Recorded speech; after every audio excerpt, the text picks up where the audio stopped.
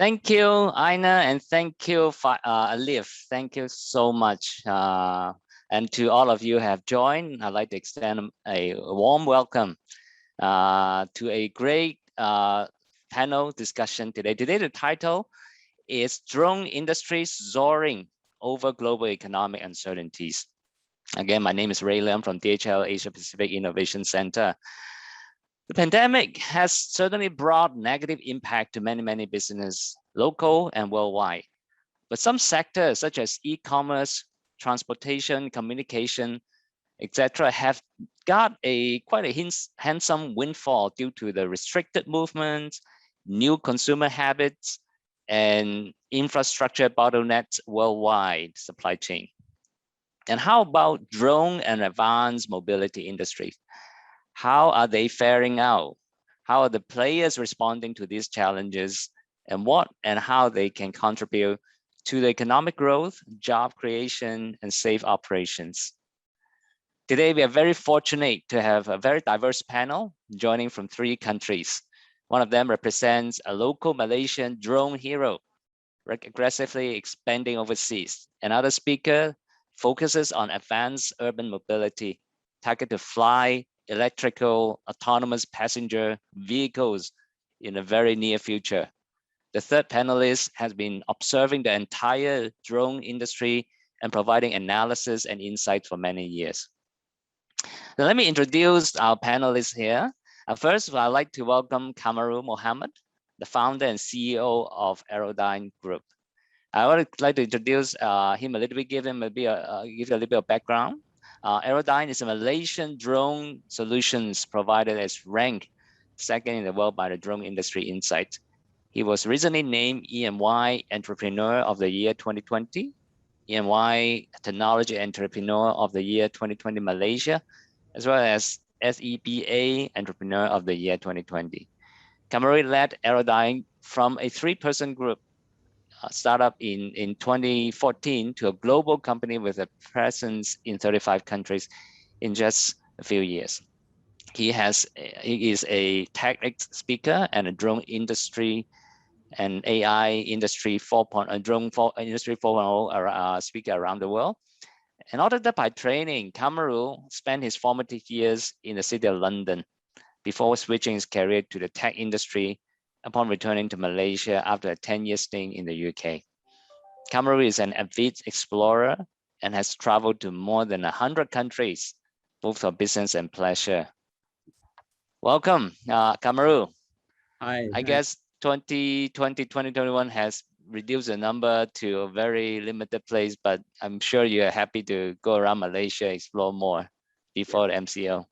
Yeah, absolutely. Reduce the travel. Yeah. Absolutely. All right, the second speaker, panelist we have is Henrik Bodecker, CFO and co-founder of Drone Industry Insight. He's an expert in aviation law with more than 15 years of professional experience in the aviation and drone industry.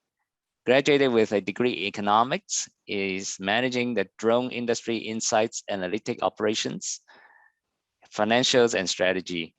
With his strong expertise in safety and risk management, he adds tremendous value to customers who wish to build new drone-based business model. Henrik, welcome aboard. Nice to have you. Thank you, Ray. I'm happy to participate. Thank you. Although I'm sitting in Germany, it's a pleasure to be with you. Yeah, welcome, thanks. The last but not least, is Hong Loon Chu, Head of Volocopter Singapore and Business Development Southeast Asia. Hong has been shaping the emergence of urban air mobility in Southeast Asia since he joined Volocopter in autumn 2020. Prior, he had worked in various roles across Asia and US, including Google, Twilio, Rakuten, and AirMap. Hans studied electrical and computer engineering at Duke University and holds an MBA from Harvard Business School. At Volocopter, Hong is responsible for the setup of commercially viable business models for the launch of urban air taxis across the region. Welcome, Hong. All right, and thank you for having me. Welcome from sunny Singapore. Yes, thank you. Well, again, we have a lot to talk about today. I'd like to start with Kamaru, okay, because there are a lot of exciting things happening in your company. But because we have a quite diverse audience here, including audience from overseas, would you like to just give a 2-minute description of your company? Sure. We are a DT Cube company. That's how we describe ourselves. Drone tech, data tech, and digital transformation. So what we do is we help our enterprise clients run their operations better. So this includes, for example, in the infrastructure, it includes power line, wind turbine, solar, and all that. We also do agriculture. Agriculture is a fast-growing vertical for us. We are delivering key solutions for agriculture. We just started a year ago out of COVID. Now we already have a staff strength of close to 100 in agriculture, and this will grow to about 2,000 by next year. So agriculture is another big solutions that we do as well. As you mentioned earlier, we have presence in 35. We have offices in 12 countries around the world. We are about 500 people now globally. Wow, yeah, so it's amazing. Actually, I just want to go ahead and ask you these questions. Even though you have grown the company with a high trajectory in the past few years, certainly the 2020 and 2021 COVID challenges have brought a lot of challenges to your company, but you still manage and aim to grow. I thought was 1,000. Actually, it's double, 2,000 pilots or personnel in the agribusiness. So can you actually let us know a little bit more about the challenges that you have made and how you overcome this and still have this high aspiration during these challenges? Oh, thank you, Ray. Yeah, indeed, you're absolutely right. You know, when COVID first started, the pandemic started, we were deeply hit, actually. We have projects around the world that are put on hold. Some of them in the hospitality, for example, it was outright cancellation. You know, in Malaysia, around April last year, we found ourselves having more than 50 people with nothing to do. You know, that's about, at that time, about 15% of our workforce. And we decided from day one, we're not going to let these people off, right? So these are our huge asset for us. So we started to develop 2 new solutions. And of course, one of it is agriculture. And then like what Einstein said, you know, with every crisis, there's opportunity. I think the Chinese also says the same thing, right? So from the crisis, we developed 2 new verticals. Number one is agriculture. We started last year. And at the same time, because of the same problem in Malaysia, because of the restrictions of travel, the agriculture industry in Malaysia is hit very, very badly because we rely on foreign labor. So we immediately saw opportunity to do mechanization, to do automation in what normally is known as a very traditional industry. So today we are already running this in a very large scale. We use drones for anything from the mechanization of spraying fertilizers, insecticides, and all that. And again, the differentiator here is actually doing this in a large scale. We already have in order over 1,000 drones to deploy just in Malaysia. So that's how we turn around the crisis. We develop new solution. The second solution is actually for border security. The first 2 months, we couldn't come up with the solutions immediately. So what we did was we offered our spare resources to help the government in Malaysia look after the pandemic. So at that time, out of the 90 teams or 90 drones around the country that were monitoring COVID situation, 60 of those were from Aerodyne. So it was a pro bono, it was a CSR activities from Aerodyne. Within a month, we flew 1.5 times around the world with the drones, you know, with the number of flights that we were doing for monitoring and all that. So out of that, we became clear to us what is the requirement. So hence we developed next generation nested drone with swarm intelligence as well. So that's basically in a nutshell what has happened out of the pandemic, the COVID crisis. So what I gather is that you seize the opportunity to see what is the changing landscape, and you steer the company to grab that opportunity and develop solution against the challenge and deliver the solutions. So I think what I think of Aerodyne is, I think the word agility came to my mind. I guess it's a part of your core value. Now, how does this capability or vision, how does the 2020 or 2021 affect the overall vision and the way that you do things for Aerodyne? Any strategic capability do you think that you need to add to the company to stay agile and focused? Definitely. Thank you again, Ray. Yeah, I mean, for us, in our history of 7 years, it's always has been about solving one problem after another. So we have had 9 roadblocks, which could have been a showstopper, but we have been solving every single thing that came our way, as far as agility, as far as what we are doing right now, if in the past we were focusing a lot on market access or spreading our brand globally. So we have done 7 M&As now. We have 5 in the pipeline now, but that's in the past. Now we are switching our strategy as well. Now our strategy is actually to strengthen our technology. We have a huge development team in Malaysia, a huge development team in India.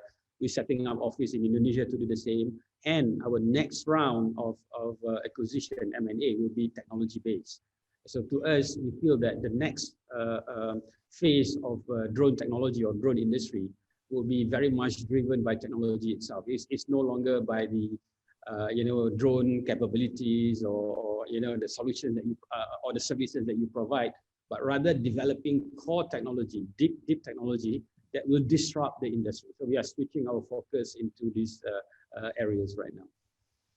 So it sounds like you have successfully built a business case commercially for commercial success. Now is really building on top of the success, is building these disruptive technologies to even springboard Aerodyne beyond what you have accomplished today.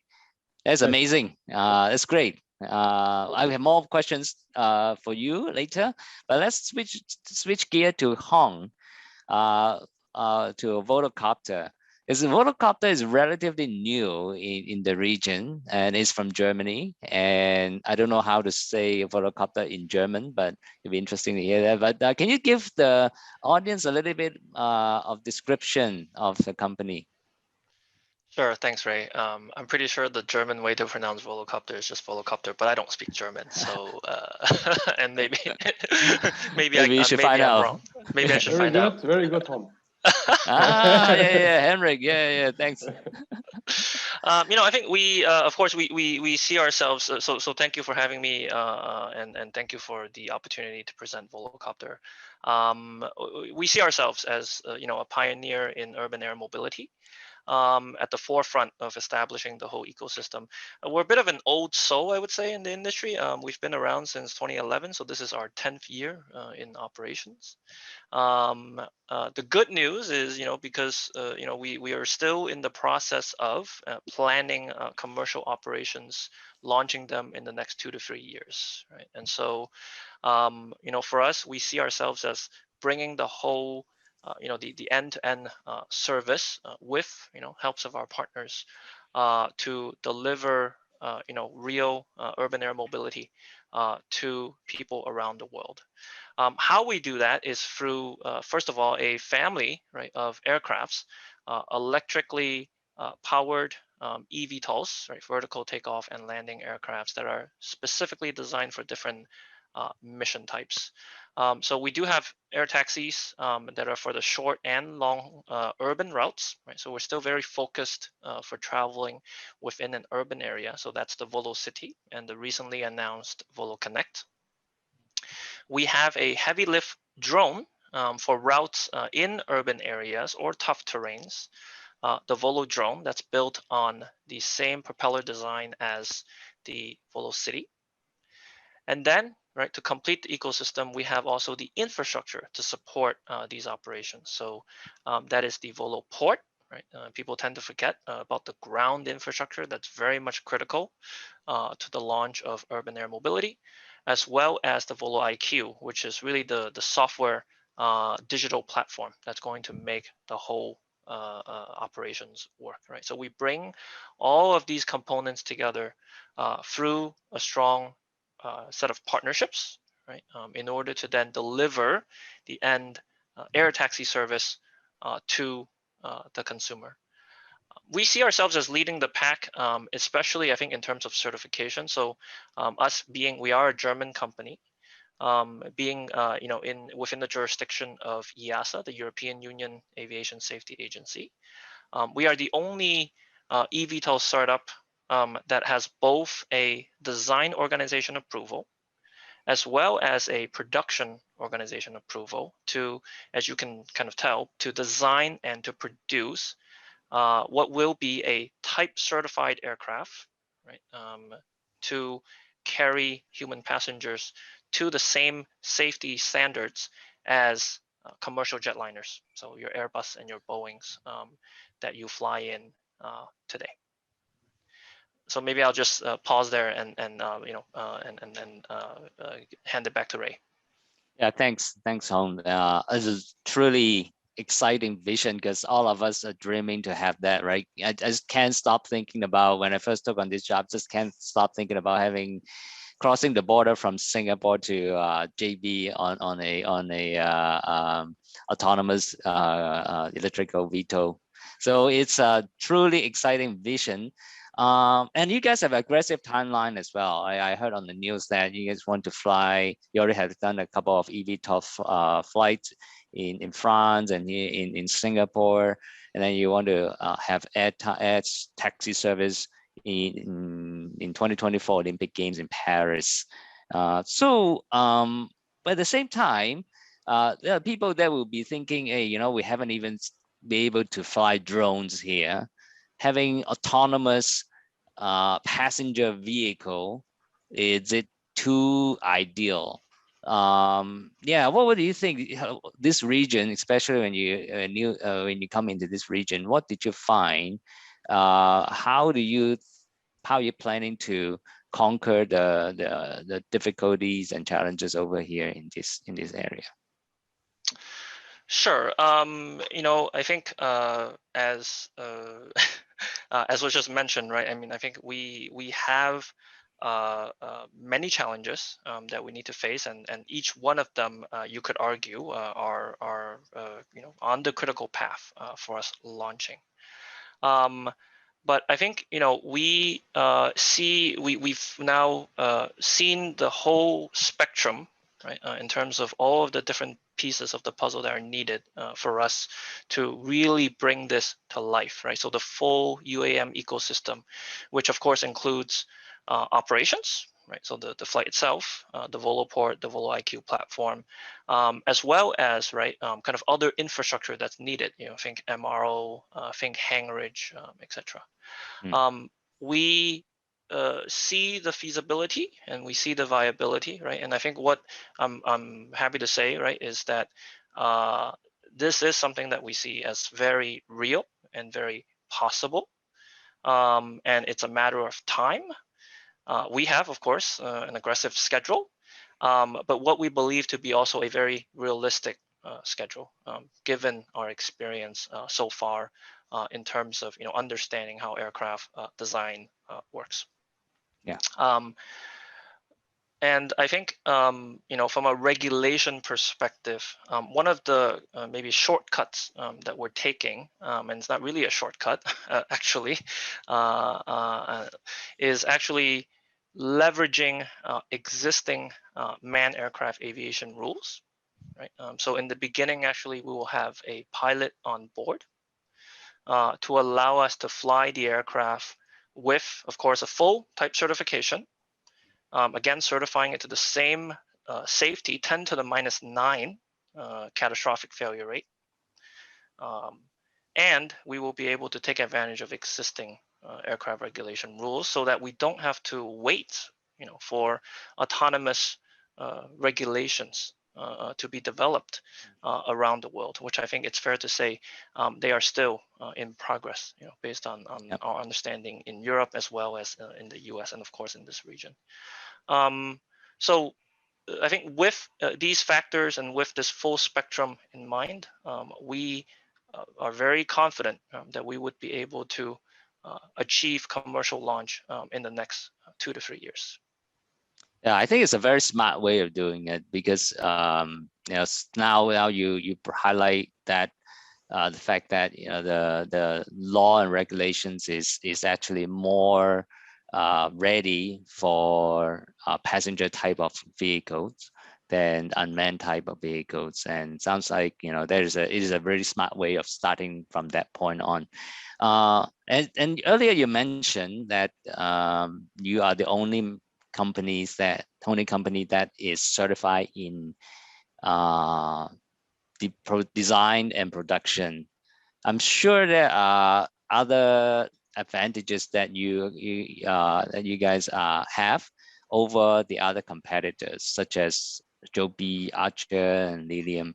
Any other differences that you see as volocopter compared to these competitors, especially in this region? Sure. I think hopefully this is not kind of repeating a few things, right? But we do have, as I mentioned, I think our aircraft family is unique. So in the family of aircraft to address different pieces of the solution. We also do have the whole ecosystem, including the infrastructure, right, as well as the software solution to deliver the full end-to-end service. We believe that is critical to our strategy, and we believe that that is what's going to help us maintain momentum to achieve, this first to launch strategy. Maybe another point about the aircraft that's unique to us is we do have a battery swap technology system, which allows us to minimize the on-ground time for the aircraft, so it can turn the aircraft on, around very quickly, and also at the same time extend, right, the overall lifespan of our batteries, which, without elaborating, right, is a key cost factor, for any electrical vehicle, including the ones on the ground, right, for any electrical vehicle operations. So I think those are, some of the key differentiators that we have. And I think some of that, frankly, comes from the fact that, like I said, this is our 10th year in operations, and we've been around for some time to really now understand what is, realistic and what is actually feasible in the next, couple of years for us to achieve. It sounds like you have a very nice plan already, have the major component of the ecosystem figured out, and knowing how to manage and optimize the whole operations and assets, and also the customer experience to really enhance the customer experience. Yeah, that's great. Yeah, actually, I forgot that it has been for around 10 years. Time really flies. Yeah, so it's good. So Henrik, let me come over to you, since you are in Germany and you have been running the industry barometer survey for a number of years, right? And then you have sort of a global view of the whole market, drone and urban air mobility as well. And just come back to some of the statistics. In 2019, only a handful of drone entities recognized in ASEAN. And then at the same time, the APAC market was expected to generate over about $18 billion by 2025. And Malaysian revenue potential was about 300 million at that time. So with all these market conditions and pandemic challenges, what do you expect to find out for the latest figures and latest development in the market?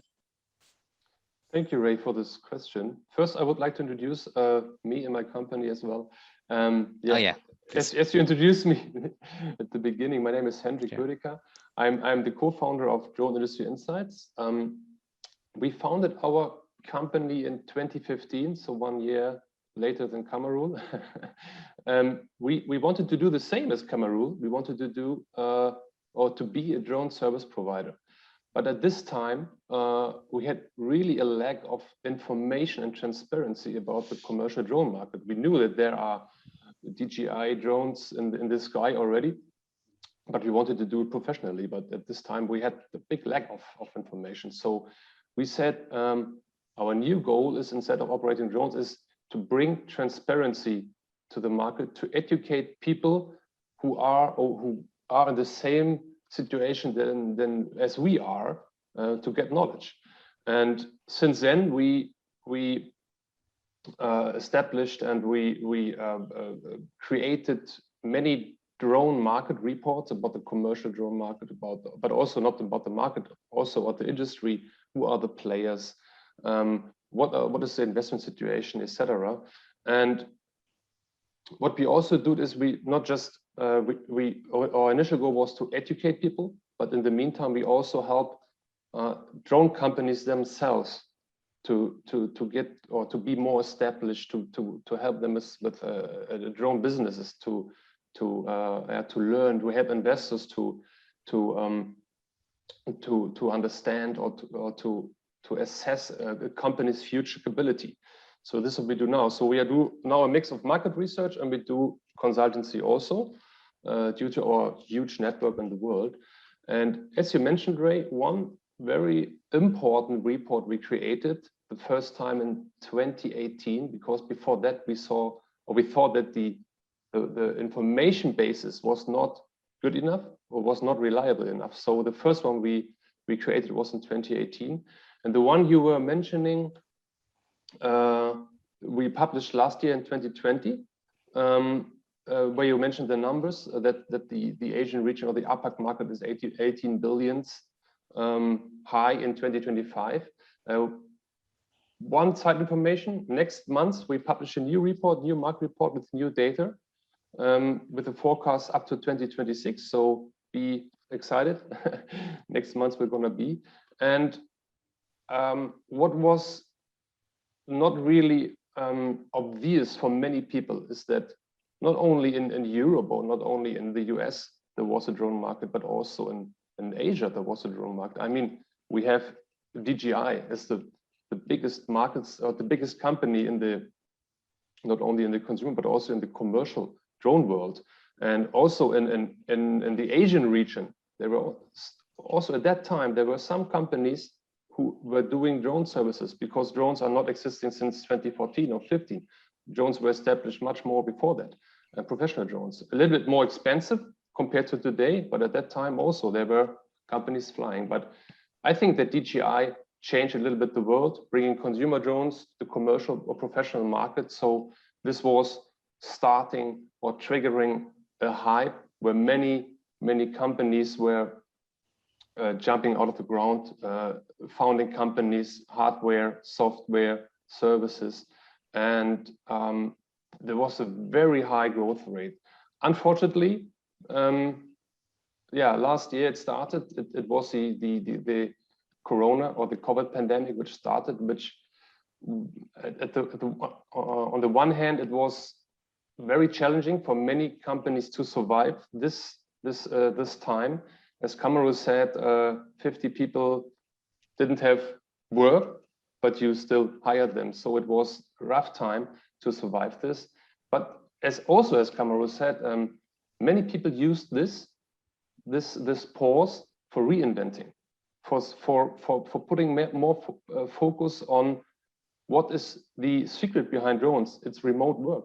So as on the other hand is that I think one of the biggest market drivers, and it sounds a little bit weird, is that we had this COVID pandemic, because the clients and the users of drones and the general public opinion about drones become much more reliable, much more acceptable for people. That's saying, hey, we need to be prepared if a next pandemic is coming. So this was a big boom for the whole drone industry. And so coming out of this hole, we are now growing stronger and stronger, and also the Asian region, which is the strongest region in the world. This is also because China is very strong in this area, but the Asian region is also very strong. Singapore, Malaysia, and Indonesia. These countries are operating a lot and are one of the biggest clients of European drone manufacturers. And also the regulation basis is very stable. In Singapore, we have one of the best regulations currently. Malaysia will follow with it.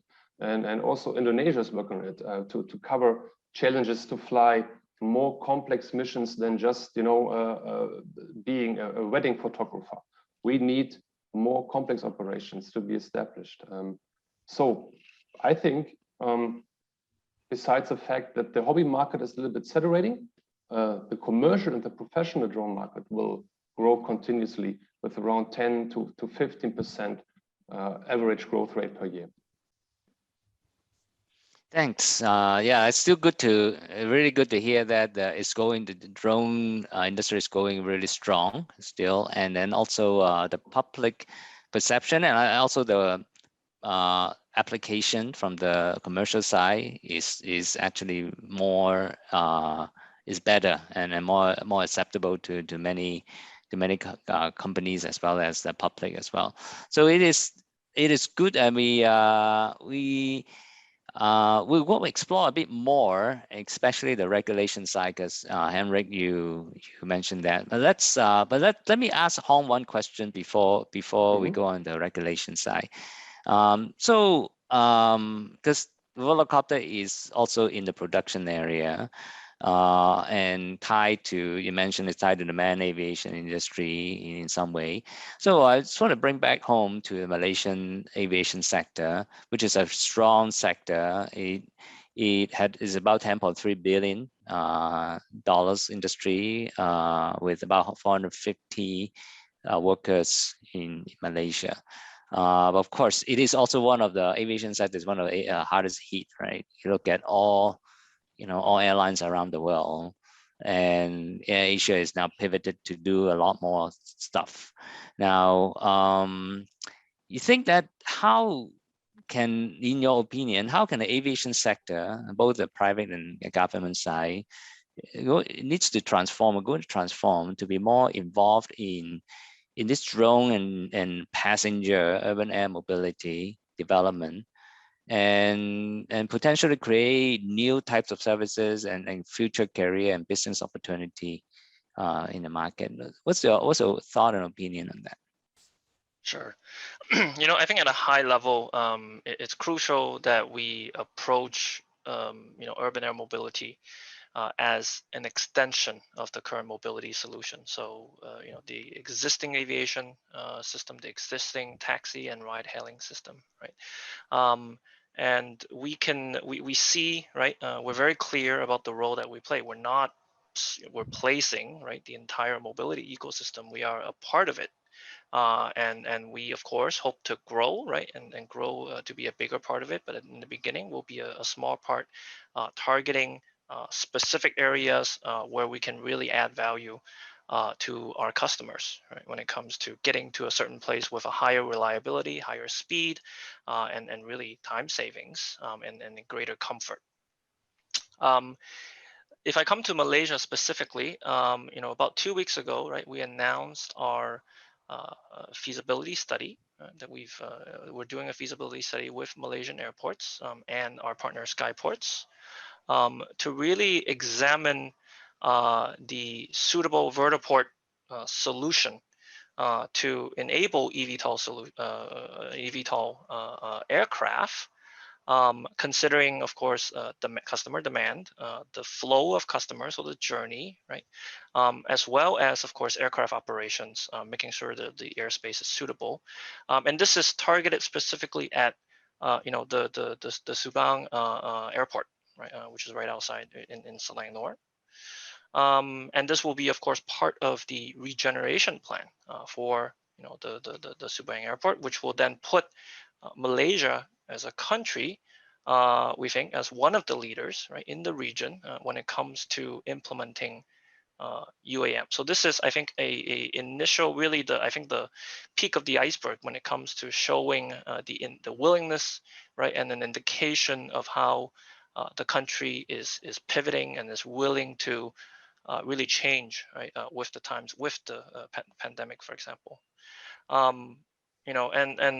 As was mentioned, right, I mean, Asia Pacific is one of the largest, if not the largest, aviation markets, and we expect the same. We expect 45% of the AAM market, or the UAM market, depending on which term you like to go by, of the global market to be in Asia.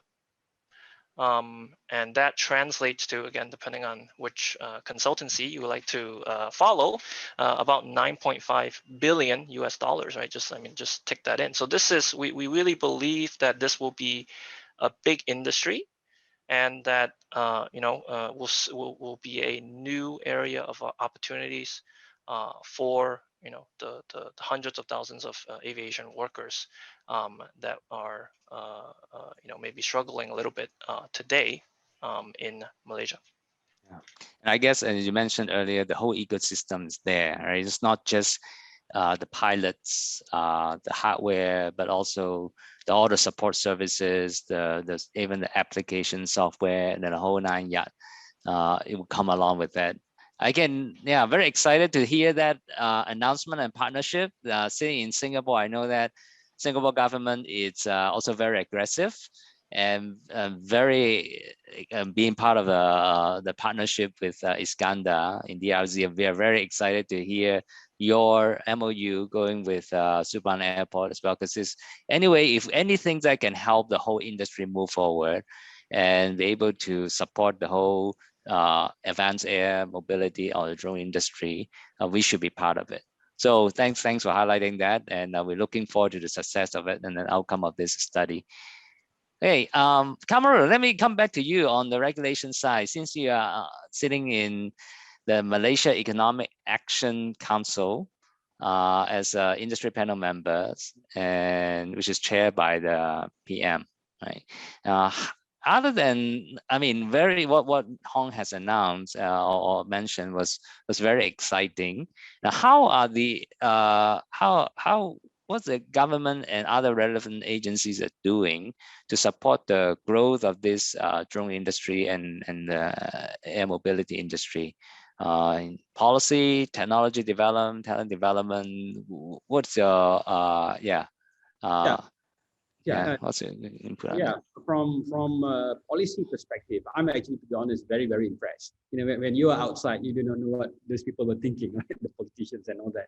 Now that I'm involved, I see sincerity and I see real focus in actually developing the right policies to develop and promote the industry. And I can now see, for example, Malaysia recently launched the My Digital initiatives, and we are seeing that various policies are being put in place, even, for example, when it comes to AI, robotics. Robotics includes drones here as well. And then there's a huge budget allocated by the government to make sure that these industries can thrive. So, for example, when you talk about even drones, you need infrastructure, you need communication infrastructure. In the future, it's all about connectivity, it's all about doing AI on the edge, it's about the AI on the cloud as well. And towards that, the government actually allocated more than 36 billion just to improve the connectivity in Malaysia, and another 30 billion to set up the cloud infrastructure in Malaysia. And then this is something that really, really excites me. Even where we are in Sabujaya. Next to us is already Microsoft building one of the largest data center in the region as well. So this is actually some very, very exciting stuff that I can see from the government perspective, the structures that they're doing. I mean, think of this like the triple helix of innovation. You need to have the government, you need to have the academia, and you have the industry to push forward to get things moving.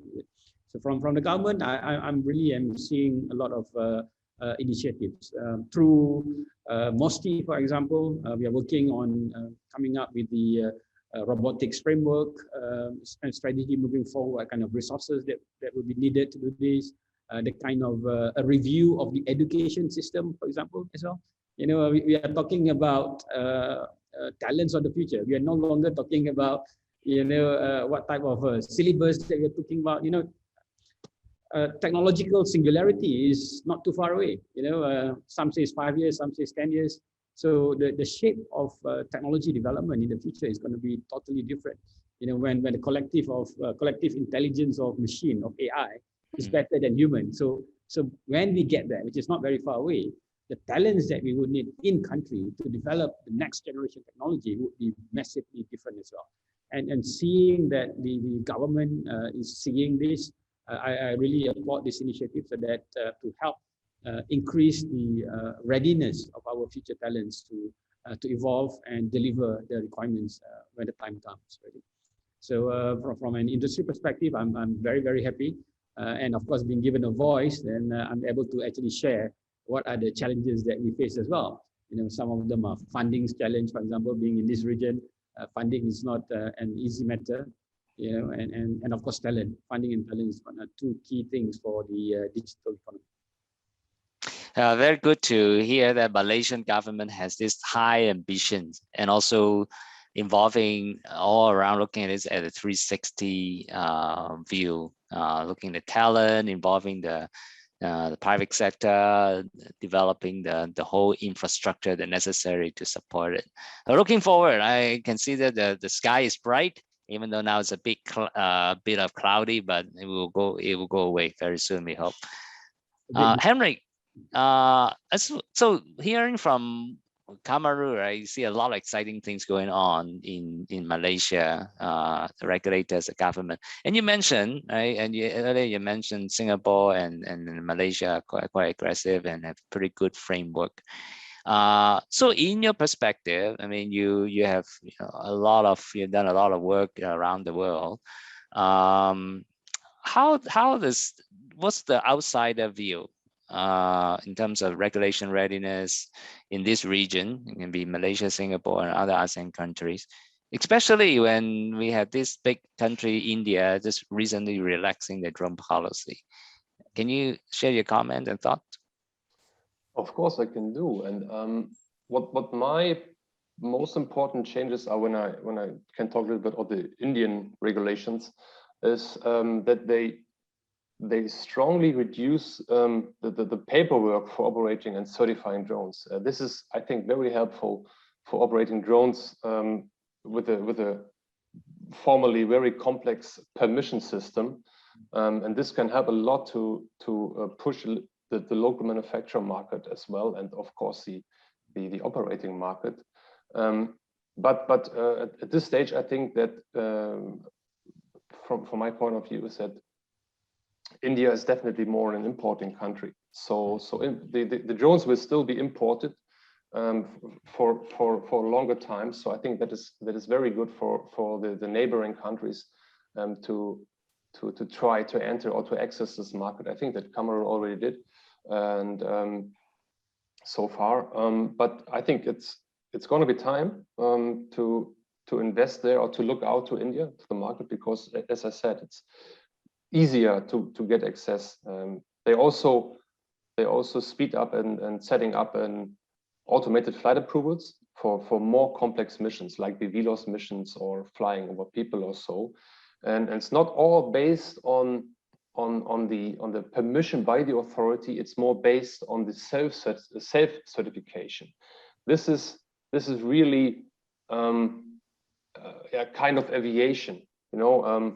The authorities hands over the full responsibility to the drone operator or to the drone manufacturer to set up a management system which is able or capable to certify the risk they are or they have with operating drones or manufacturing drones. And this is very new.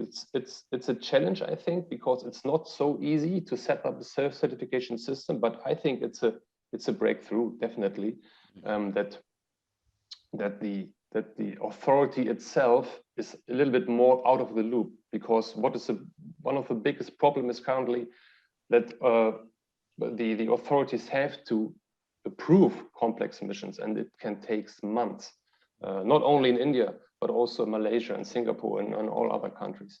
And what I also like is that they really put a big focus on the UTM system.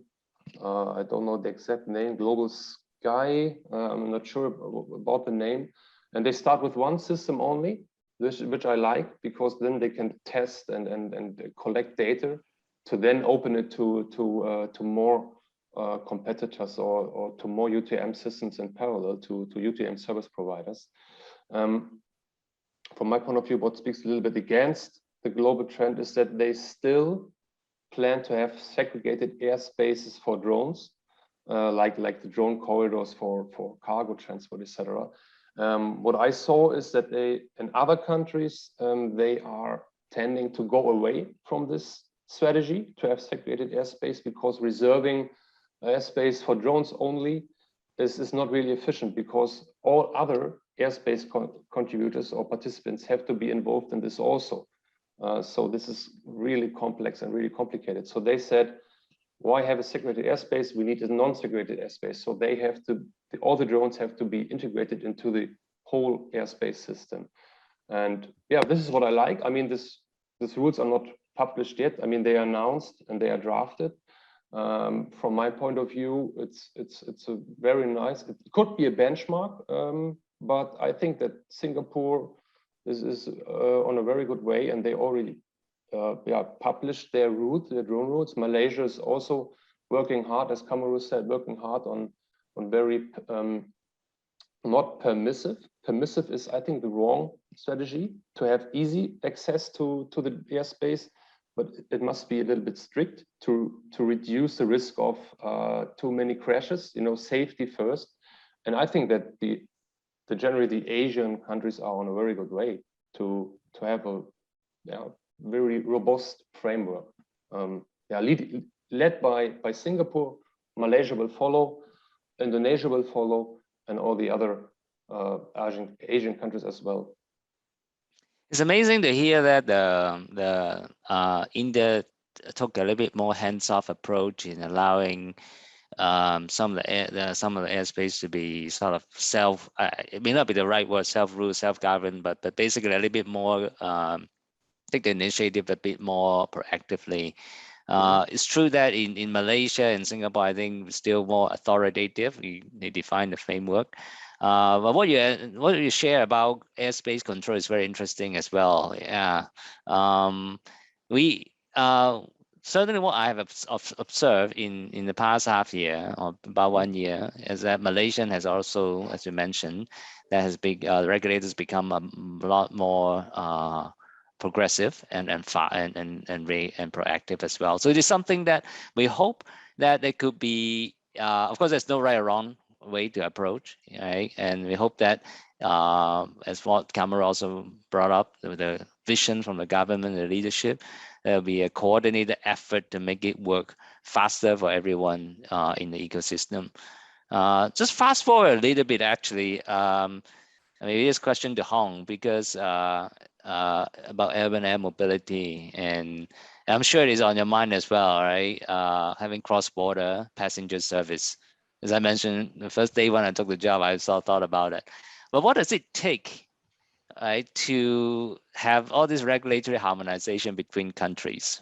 Okay, and what steps that you think are necessary to be in place? What kind of things to be in place in order to have this thing realized? Sure. You know, I think we see it, you know, very strongly in the aviation industry in terms of, you know, a very globalized industry. You know, if you look at, for example, the Foundation of Aviation, which is ICAO, of course, but the Chicago Convention, you know, more than 193 UN member states, right, is signatory to that. This is like the highest, I would say, one of the highest in terms of, you know, if you look at any field, right, any industry, the alignment there is, one of the highest levels that you can find in any industries. And we are happy to see, you know, I think based on the engagements that we have with regulatory bodies, you know, around the world, that they are continuing in that spirit, you know, with aviation standards. It is a new industry, right? It is a new, type of aircraft and a new type of operations. We're flying, you know, with a different energy source. We're flying lower, you know, than typical operations would. And so what we think it takes is, you know, a structured approach, open communications, right, and collaboration, right, among global regulatory bodies. To achieve, you know, harmonization in those certification standards, right, and to allow for the industry to perform operations around the world.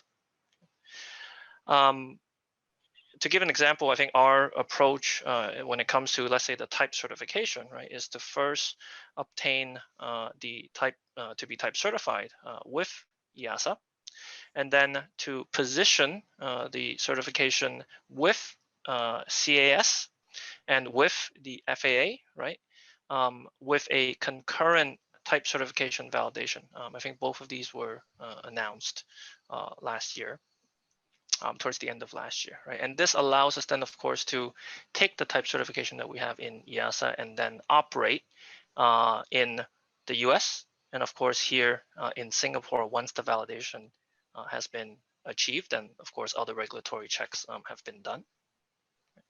When we look at now cross-border flights, the good news is in traditional aviation, cross-border flights, even in the world of COVID, happen every single day. Right? There are still flights flying from Singapore to KL.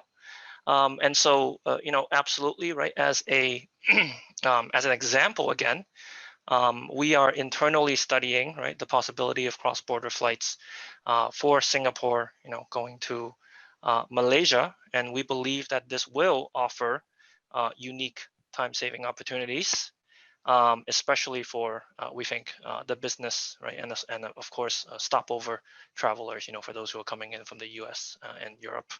And again, this is just an example. Yeah, I think that hopefully that answers the question. Thanks so much. Yeah, so it's actually how to slice how to eat an elephant, one piece at a time, right? So I think this is how we approach this. This is a whole big ambition. Okay, let's a couple of questions left. Back to Henrik. Again, I'd like to ask you from a bit of a global view. From 90, so looking at about Malaysian drone companies, 90% of them are servicing the local market. Of course, there are opportunities everywhere. What is your advice to these companies in capturing a regional or even global market? Good question. If I knew this, what is the secret or the secret sauce behind it, I would be a millionaire. But I think theoretically it's possible to expand to foreign markets, but I think that the hurdles are still too high. For example, in very general, we have still a lack of international standards. There are some existing, like the SORA, for example, or parachute standards, etc. But I think it's not sure if a standard in Malaysia is acceptable also in Singapore. So that there needs to be a lot of more harmonization to be done. Second is making money is still not easy because we need much bigger client base. The public acceptance is still a little bit behind. We also need qualified personnel.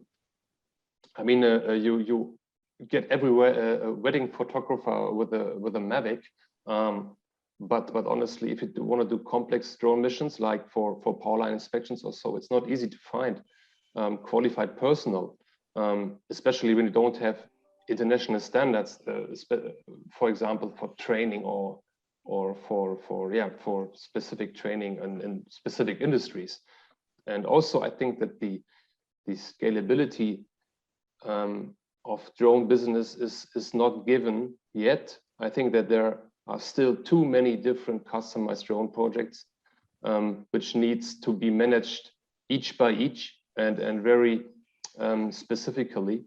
And this consumes a lot of human resources. And this is so very cost intense, I would say. And don't forget, drone business is still very human-centric. And therefore, the drone business itself is a little bit limited according to scalability, because the overall goal is to get the human out of the loop. So there are much more hurdles than I listed here, but expanding to international markets is possible, but you need to have a high invest of money. You know, so my suggestion is stay at your or build up your local powerhouse, test and try, and then when the time allows, then expand to international markets, or follow Kamaru a little bit and see what he did. But he did a lot of local company acquisitions, which is definitely key to have access to local markets. So You need a lot of power to do so. So I think it will remain a little bit on the local business, but at one day, I think, and when we have the standards, it will be international business only. Kamaru, what's it take, since you are one of the leading pack?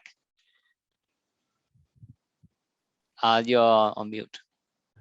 Yeah, I think if you want to go global, it has to be tech driven. You know, what do you bring to the table? I mean, if you're doing services, you can't compete, because except you go to a country where the labor cost is very high, perhaps you can compete. But that's not the way to do it. You know, if you want to compete globally, you must have a specific edge, and that edge must be technology.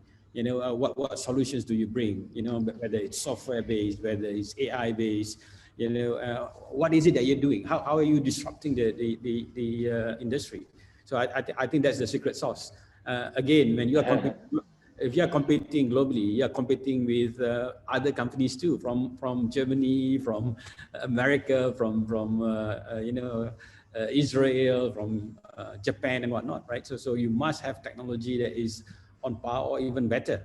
So that's the only way. Otherwise, you can't survive. You know, and you must bring something to the world. You must bring real value.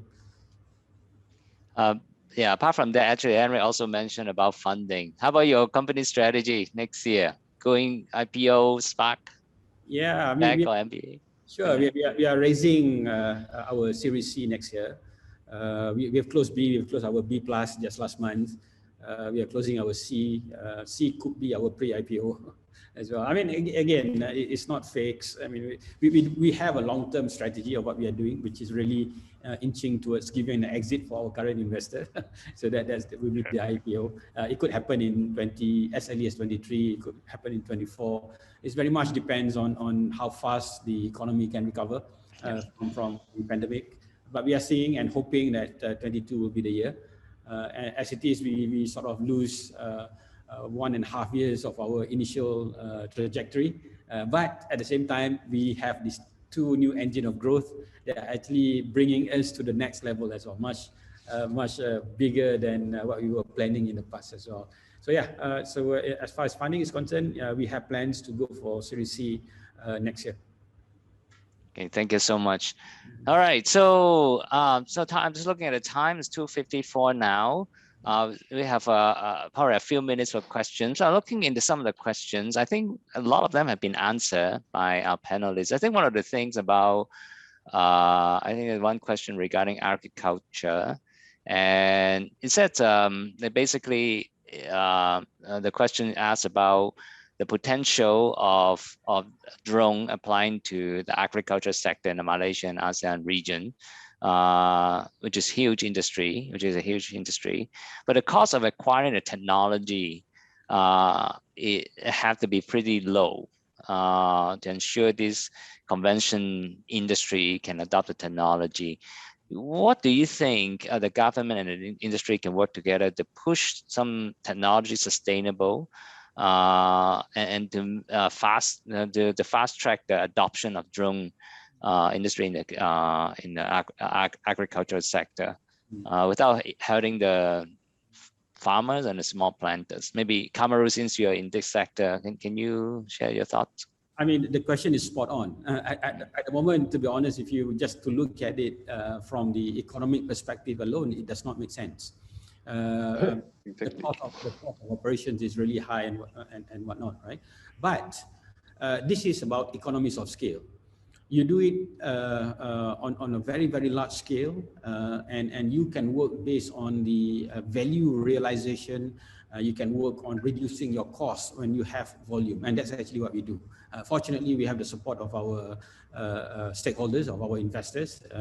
Imagine Grab, imagine Uber. That's actually what we are doing. You know, we are creating gig economy. We are creating jobs and allowing this to happen. And even in Malaysia, you look at it from the opportunity cost or the opportunity loss for the government or for the big plantation industry in Malaysia. The last 3 months, there's a 10 billion loss for the palm industry alone because of lack of foreign labor in Malaysia. So this problem can be solved easily by drones. Today, our drones are already running on a large scale. In one plantation, we have 20 drones flying simultaneously, doing all the spraying. And now we are looking at doing harvesting. We are looking at doing various levels of mechanization as well. To me, this is the most exciting future for drone. It will be major disruption because there's a big opportunity here. It doesn't make sense now. So those that have the capability go in and grab the market, and the profit will come later. Thanks. Yeah. Thank you very much. And Henrik, you want to share something? It's not about the cost. I think it's about the trust. So people have to get convinced that, I mean, the cost savings are enormous. So what I see is not the initial cost. It's about trust in the initial costs, and be more brave. You see the added value after it when you operate drones. So I think that Ignite and all the initiatives have to go to the industries and show all these efforts drones can have and create. So this is one key, I think. Yes, thank you very much. Yes, definitely there seems to be a good business case for it. It's just how to have faith, right, and systematically execute it, and to gain the scale, and then at the end it should be a viable commercial proposition. Again, thank you very much. Now we're 2:58, so I like to again thank our panelists here, Hendrik, Hong, and also Kamaru, and for participating and sharing your insights and thoughts on this important topic. So Aina, I hand back the time to you.